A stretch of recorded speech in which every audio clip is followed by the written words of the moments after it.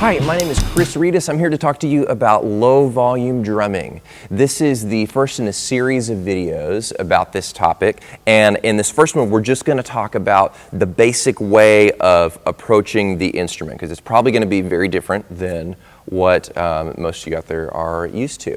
And so hopefully I'm going to send you away with something clear that you can go and practice and start messing around with and incorporating into your playing.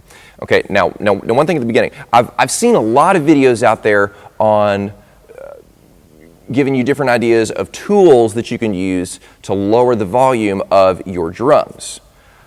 Okay, that's not really what this is about. Those all have suggested different types of sticks, hot rods, brushes, different ways that you can mute the drums, certain cymbals that are going to be lower frequency than others and they're going to cut less.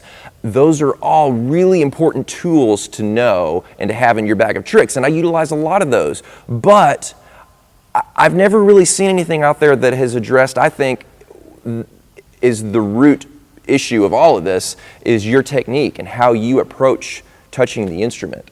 Okay, and so that's what I want to address. So here, we're going to get into it.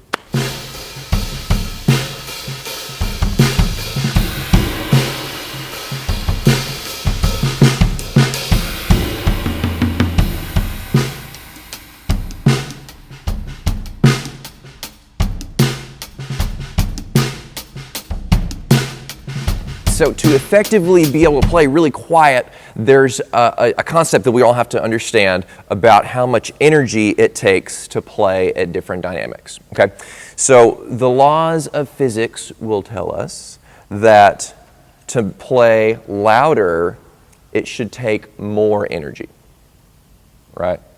To play softer, it should take less energy. But that's not always how we as drummers end up thinking about it.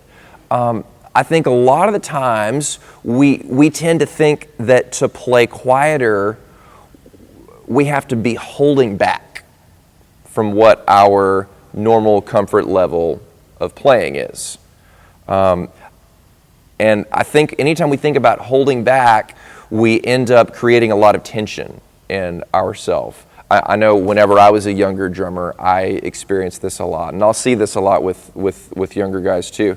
Whenever they try to play quiet, I see a lot of stiffness, and you can tell that they feel all this energy and they're trying to restrain it and hold it back, and that's always going to end up being detrimental to the music you're making. You're never going to sound as natural and as expressive as you otherwise would if you have all that tension, if you're trying to think about holding back, okay? So we want to get that idea out of our heads. So how do we use less energy to play softer? Okay, and here is my idea that's helped me that hopefully I think can benefit other guys too. And honestly, this is really, really simple. It even seems kind of silly, but bear with me, okay? So one thing you're going to need is I want you to pause this video. I want you to go get a pencil, okay? Go do it. I'll wait. Okay. I'm assuming you all have your pencil now. And I don't want you to overthink this yet. I just want you to take your pencil and tap on any surface that's nearest you. Maybe it's a cymbal, maybe it's a table, your leg, whatever. Just tap on it. Okay? Just do that for a minute. Okay? I'm going to go out on a limb, and I'm going to assume that nobody out there tapping is using a whole lot of tension. Okay? I don't see many people when they tap with a pencil grab with a fist like this and use their whole arm force. You're just going to use... I think the natural way of doing this is that you barely using your wrist a little bit, maybe a little bit of movement from your fingers, but it takes very, very little energy to do this. Okay? So essentially, we want to do that same thing with sticks.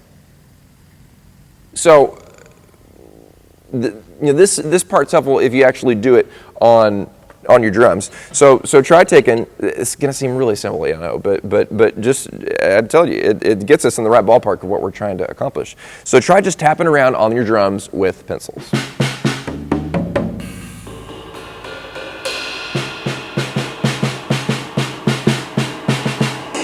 Okay, so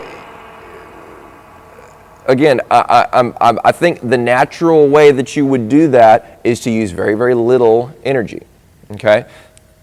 So now pick up sticks and try to make that exact same feel happen.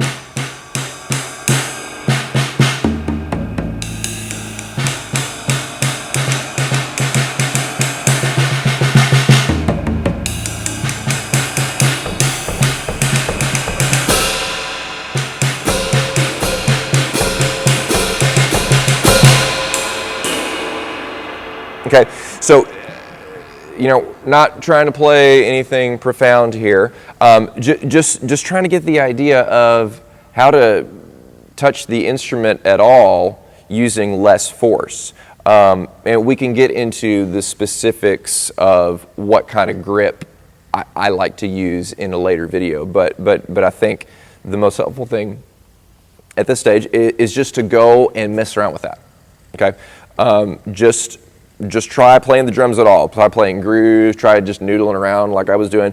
Whatever you can do to try to find that sweet spot of barely moving your hands at all to make that force. It should take less energy to play softer. That's the basic idea, and that's much easier said than done. Okay, so here's a little exercise you can try to start putting this idea into practice. So just take a really, really simple groove and start it, what you think is fairly soft. And every 2 bars, try to take it down a notch in dynamics. Then try to take it down another notch and just see how far down you can go. So, for instance, here we go.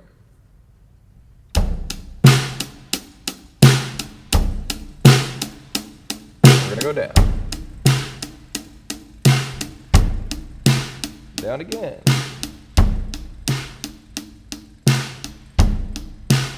All right, one more.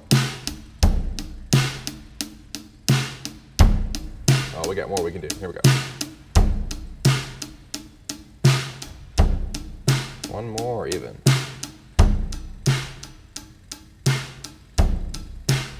All right, let's take it back up in a slow crescendo. Staying real nice and even.